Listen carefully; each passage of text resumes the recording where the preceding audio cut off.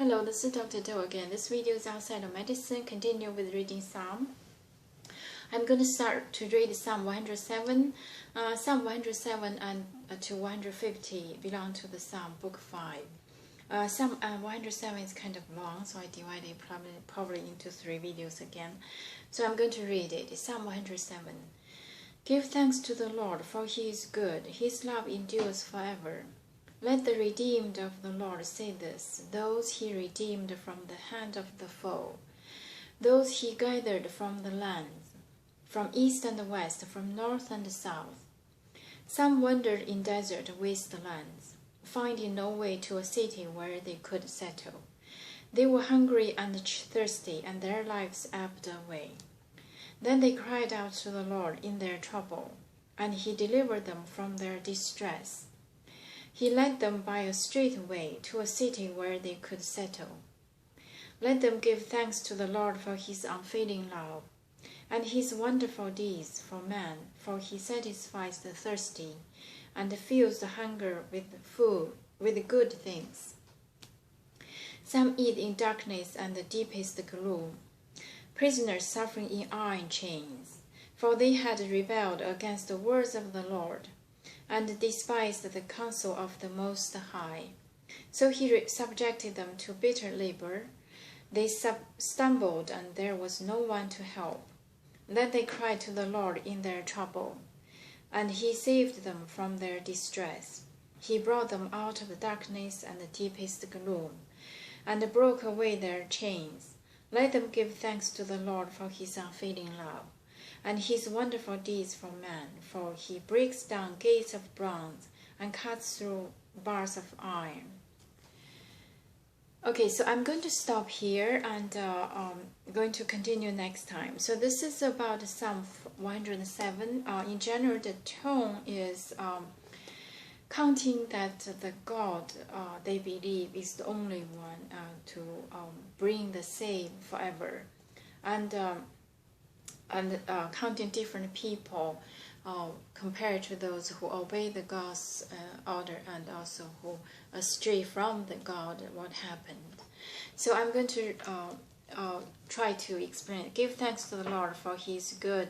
His love endures forever. Let the redeemed of the Lord say this, those he redeemed from the hand of foe, those he gathered from the lands, from east and west, from north to south.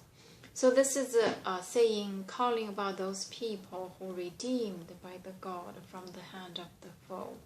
I think if you recall this, again, we do not know the author, we do not know the circumstances, we do not know when the poem was written, but it's saying that God has redeemed some of them from their foe. Some wandered in desert wasteland, finding no way to a city where they could settle. They were hungry and thirsty, and their lives ebbed away. Then they cried out to the Lord in their trouble, and he delivered them from their distress.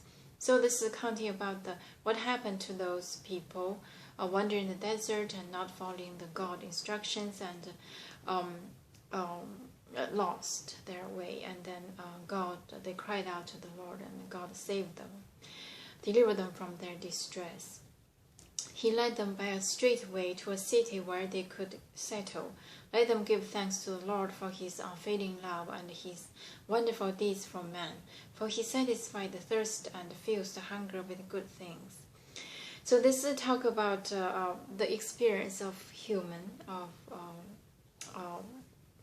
during those dark time, stay away from God. I do not know how to explain this. You probably might want to bring out the story of David. He was wandering in the desert, away from the palace.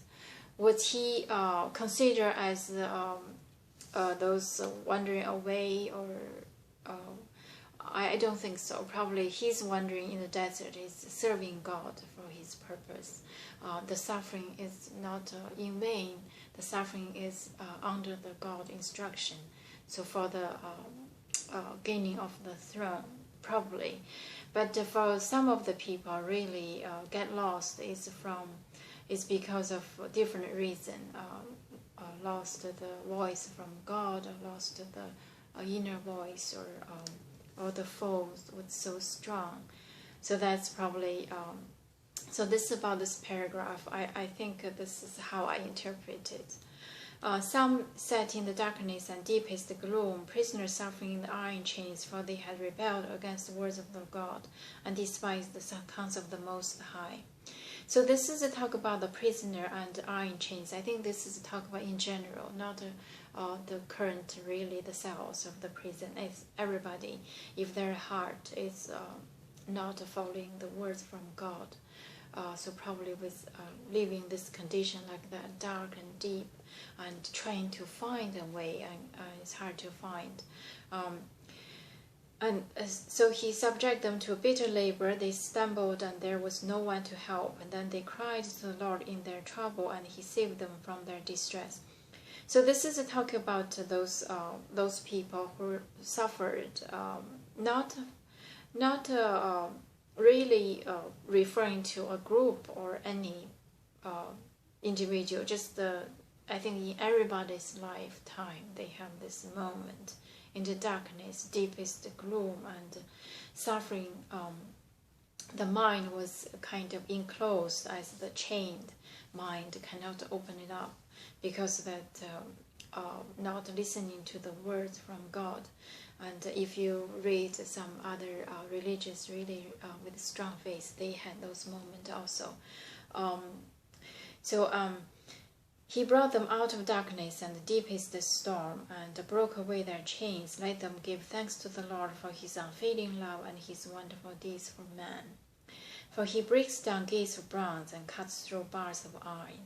So this is talk about those, during those dark days, during those kind of moment of isolated, and the mind was lost of the freedom, just enclosed in narrow-minded or tunnel vision.